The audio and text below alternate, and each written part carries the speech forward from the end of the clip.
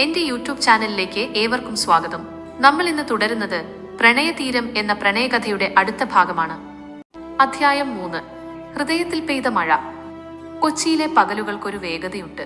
എന്നാൽ വൈപ്പിനിലേക്കുള്ള ആ ചെറിയ ഫെറി ബോട്ടിൽ കയറിയാൽ സമയം നിശ്ചലമാകുന്നത് പോലെ തോന്നും.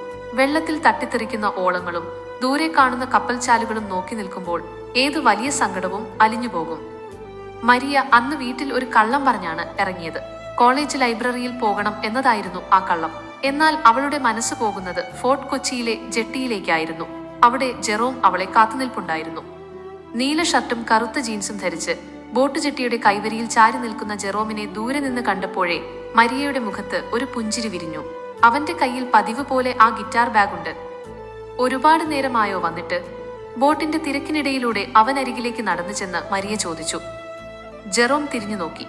ഇല്ല മരിയ, നീ വരുന്നതും നോക്കി ഈ കടലിനോട് കഥ പറഞ്ഞു നിൽക്കുകയായിരുന്നു ഞാൻ. ഈ ബോട്ട് യാത്ര നമുക്ക് മറക്കാനാവാത്ത ഒന്നായിരിക്കും.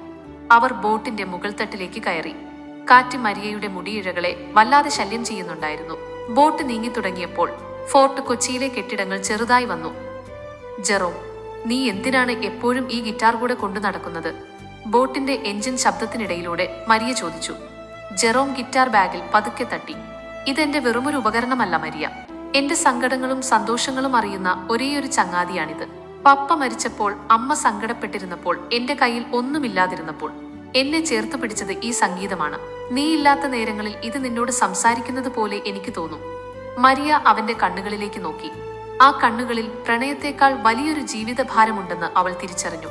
എനിക്ക് നിന്നെ കാണുമ്പോൾ പലപ്പോഴും അത്ഭുതം തോന്നാറുണ്ട്. എങ്ങനെയാണ് ഇത്രയും പോസിറ്റീവായി ഇരിക്കാൻ കഴിയുന്നത്? കാരണം ലളിതമാണ് മരിയ. നമുക്ക് ചുറ്റും ഈ മനോഹരമായ കടലുണ്ട്, ഈ സംഗീതമുണ്ട്. ഇപ്പോൾ നീയും കൂടെയുണ്ട്. ഇതിൽ കൂടുതൽ എന്തു വേണം? വൈപ്പിൻ ചെട്ടിയിൽ ബോട്ടെടുത്തു. അവർ അവിടെയുള്ള ഒരു ചെറിയ കഫേയിലേക്ക് നടന്നു. പഴയ രീതിയിലുള്ള ആ കഫേയിൽ വറുത്ത മീനിന്റെയും ഏലക്കയിട്ട കട്ടൻ കാപ്പിയുടെയും മണം നിറഞ്ഞു നിന്നു. ഒരു മൂലയിലുള്ള മേശയ്ക്കരികിൽ അവർ ഇരുന്നു. 2 കട്ടൻ കാപ്പി ജെറോം ഓർഡർ ചെയ്തു. കാപ്പിപ്പൊടിയുടെ മണം അന്തരീക്ഷത്തിൽ പടർന്നപ്പോൾ അവർക്കിടയിൽ ഒരു നിശബ്ദത നിറഞ്ഞു. അത് അസ്വസ്ഥമാക്കുന്ന ഒന്നായിരുന്നില്ല, മറിച്ച് പരസ്പരം വാക്കുകളില്ലാതെ മനസ്സിലാക്കുന്ന ഒന്നായിരുന്നു. ജെറോം, പപ്പ ഇന്നലെ എന്റെ വിവാഹത്തെക്കുറിച്ച് സംസാരിച്ചു. മരിയ പതുക്കെ തലതാഴ്ത്തി പറഞ്ഞു. എന്റെ കുടുംബം വലിയ കുടുംബമാണ്. അവർ ഒരിക്കലും ഒരു പാട്ടുകാരനെ. എന്റെ അർത്ഥം നിനക്ക് മനസ്സിലാകുന്നുണ്ടല്ലോ? ജെറോം തന്റെ കയ്യിലുണ്ടായിരുന്ന കാപ്പി ഗ്ലാസ് താഴെ വെച്ചു. അവന്റെ മുഖത്ത് ഒരു മ്ലാനത പടർന്നു. എനിക്കറിയാം മരിയ, ഞാനൊരു സാധാരണക്കാരനാണ്. പള്ളിയിലെയും കഫേയിലെയും പാട്ടുകാരൻ. പക്ഷേ എന്റെ പ്രണയം ഈ കടൽ പോലെ സത്യമാണ്. അത് മതിയാകില്ലേ നിന്റെ പപ്പയ്ക്ക്? മരിയ അവന്റെ കൈകളിൽ പതുക്കെ പിടിച്ചു. എനിക്ക് നിന്നെ മതി ജെറോം. ഈ ലോകത്ത് മറ്റൊന്നും എനിക്ക് നിന്റെ അത്ര വലുതല്ല. അവളുടെ വാക്കുകളിൽ ആർദ്രതയും ദൃഢനിശ്ചയവും ഉണ്ടായിരുന്നു. പക്ഷെ ലോകത്തിനത് പോരാ. നമുക്ക് കുറച്ചുകൂടി കാത്തിരിക്കാം. സംഗീതത്തിലൂടെ നീ ഉയരങ്ങളിലെത്തുന്നത് അവർക്ക് കാണിച്ചു കൊടുക്കണം. ജെറോം ഒന്നും മിണ്ടിയില്ല. അവൻ തന്റെ ബാഗിൽ നിന്ന് ഗിറ്റാർ എടുത്തു. ആ കഫേയിൽ അധികം ആളുകൾ ഉണ്ടായിരുന്നില്ല. അവൻ പതുക്കെ ഗിറ്റാർ മീട്ടാൻ തുടങ്ങി. ഒരു പാട്ടിന്റെ ആദ്യത്തെ ഈണം അത് മരിയയ്ക്ക് വേണ്ടിയുള്ളതായിരുന്നു. കടൽക്കാറ്റും കാപ്പിപ്പൊടിയുടെ മണവും സാക്ഷിയാക്കി ജെറോം പാടി. ഈ ഓളങ്ങളിൽ നമ്മുടെ സ്വപ്നങ്ങൾ നെയ്യുമ്പോൾ, മഴ പെയ്താലും വെയിൽ വന്നാലും ഈ കൈകളിൽ ഞാൻ താങ്ങായി നിൽക്കും. നിന്റെ കണ്ണിലെ ഈ തിളക്കം എന്റെ ലോകം, എന്റെ സത്യം മരിയ.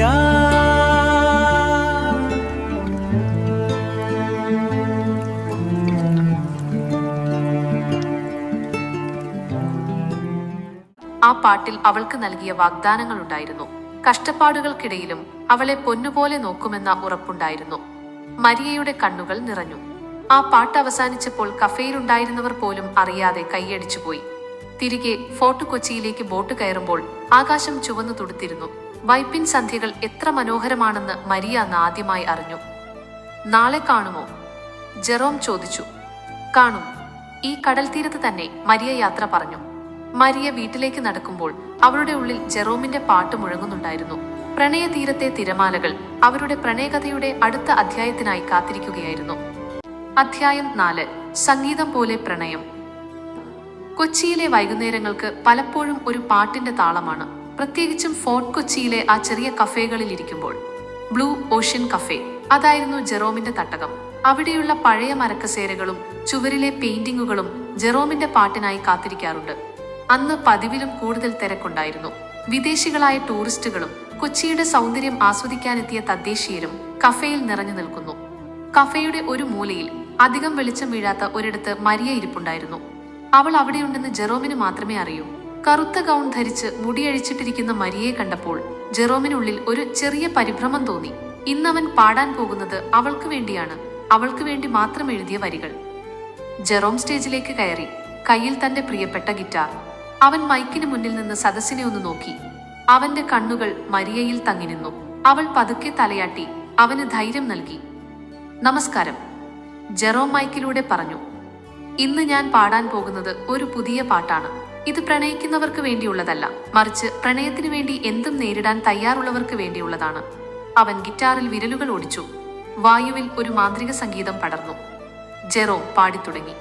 അവന്റെ ശബ്ദം കഫേയുടെ ചുവരുകൾക്കുള്ളിൽ തട്ടി പ്രതിഫലിച്ചു. ആ വരികളിൽ കൊച്ചിയുടെ മഴയുണ്ടായിരുന്നു, വൈപ്പിൻ ഫെറിയിലെ കാറ്റുണ്ടായിരുന്നു, അതിലുപരി മരിയയുടെ കണ്ണുകളിലെ തിളക്കമുണ്ടായിരുന്നു. കഫേയിലുണ്ടായിരുന്നവർ നിശബ്ദരായി. ചിലർ പാട്ടിന്റെ താളത്തിനൊപ്പം തലയാട്ടി. മരിയയുടെ കണ്ണുകൾ നിറയാൻ തുടങ്ങി. തന്റെ മനസ്സ് ജെറോം എത്രത്തോളം വായിക്കുന്നുണ്ടെന്ന് അവൾ അത്ഭുതപ്പെട്ടു. പാട്ട് അവസാനിച്ചപ്പോൾ കഫേയിൽ സെക്കൻഡുകളോളം നീണ്ട നിശബ്ദത, പിന്നെ ഇടിമുഴക്കം പോലെ കയ്യടികൾ. വിദേശികളായ ടൂറിസ്റ്റുകൾ എഴുന്നേറ്റ് നിന്ന് ജെറോമിനെ അഭിനന്ദിച്ചു. കഫേ ഉടമ തോമസ് ചേട്ടൻ അരികിലെത്തി അവന്റെ തോളിൽ തട്ടി. ജെറോം, നീ ഇന്ന് തകർത്തു. നിന്റെ ജീവിതം മാറാൻ പോവുകയാണ് മോനെ, തോമസ് ചേട്ടൻ ആവേശത്തോടെ പറഞ്ഞു. അന്നത്തെ പ്രോഗ്രാം കഴിഞ്ഞ് ജെറോമും മരിയയും കഫേക്ക് പുറത്തിറങ്ങി. തെരുവുവിളക്കുകൾ മങ്ങിയ വെളിച്ചം ചൊരിയുന്നു. കടൽക്കാറ്റിന് അപ്പോൾ ഒരു പ്രത്യേക തണുപ്പായിരുന്നു. ജെറോം, നീ എന്തിനാണ് എന്നെ ഇങ്ങനെ കരയിപ്പിക്കുന്നത്? മരിയ പതുക്കെ ചോദിച്ചു. സങ്കടം കൊണ്ടാണോ നീ കരഞ്ഞത് മരിയ? ജെറോം അവളുടെ അരികിലേക്ക് നീങ്ങി നിന്നു. അല്ല, ആ പാട്ടിൽ നീ എന്നെ പൊതിഞ്ഞു പിടിക്കുന്നത് പോലെ എനിക്ക് തോന്നി. എവിടെ പോയാലും എന്ത് സംഭവിച്ചാലും ആ പാട്ട് എന്റെ കൂടെ ഉണ്ടാകും. അവർ കടൽ തീരത്തെ കല്ലിലിരുന്നു. തിരമാലകൾ കാലിനടിയിൽ വന്ന് തട്ടിപ്പോകുന്നുണ്ട്. മരിയ, ഇന്ന് ആ കഫേയിൽ ഒരു മ്യൂസിക് പ്രൊഡ്യൂസർ ഉണ്ടായിരുന്നു, ജെറോം ആവേശത്തോടെ പറഞ്ഞു. അദ്ദേഹം എന്നോട് ചോദിച്ചു, എനിക്കൊരു ആൽബം ചെയ്യാൻ താല്പര്യമുണ്ടോ എന്ന്. എന്റെ സ്വപ്നങ്ങളിലേക്ക് ഒരു വാതിൽ തുറക്കപ്പെടുകയാണ് മരിയ. മരിയയുടെ മുഖം സന്തോഷം കൊണ്ട് തിളങ്ങി. ഞാൻ പറഞ്ഞില്ലേ ജെറോം, നീ ഒരു വലിയ നിലയിലെത്തും. നിന്റെ സംഗീതം ലോകം മുഴുവൻ കേൾക്കും. പക്ഷെ ആ സന്തോഷത്തിനിടയിലും ജെറോമിന്റെ മുഖത്ത് ഒരു നിഴൽ പടർന്നു. പക്ഷെ മരിയ, നീ എന്റെ കൂടെ ഉണ്ടാകുമോ? പ്രശസ്തിയും പണവുമൊക്കെ വന്നാലും നീയില്ലാതെ എനിക്ക് എന്ത് സംഗീതമാണുള്ളത്? മരിയ അവന്റെ കൈകൾ മുറുക്കി പിടിച്ചു. ജെറോം, ഈ കടൽ സാക്ഷിയായി ഞാൻ പറയുന്നു, നിന്റെ പാട്ട് അവസാനിക്കുന്നതുവരെ ഞാൻ നിന്റെ കൂടെ ഉണ്ടാകും. എന്റെ വീട്ടിലെ എതിർപ്പുകൾ എത്ര വലുതായാലും മരിയ ജെറോമിന്റേത് മാത്രമായിരിക്കും. ആ വാഗ്ദാനം കൊച്ചിയിലെ ആ രാത്രിയിൽ അലിഞ്ഞു ചേർന്നു. എന്നാൽ അവർ അറിഞ്ഞിരുന്നില്ല, മരിയയുടെ വീടിനു മുന്നിൽ ഒരു കറുത്ത കാർ കിടപ്പുണ്ടായിരുന്നു. മരിയയുടെ പപ്പയുടെ സുഹൃത്തിന്റെ മകൻ, വലിയ ബിസിനസ്സുകാരനായ ആന്റണി അവിടെ എത്തിയിട്ടുണ്ട്. മരിയയുടെ ജീവിതത്തിലേക്ക് പുതിയൊരു കാറ്റ് വീശാൻ തുടങ്ങുകയായിരുന്നു.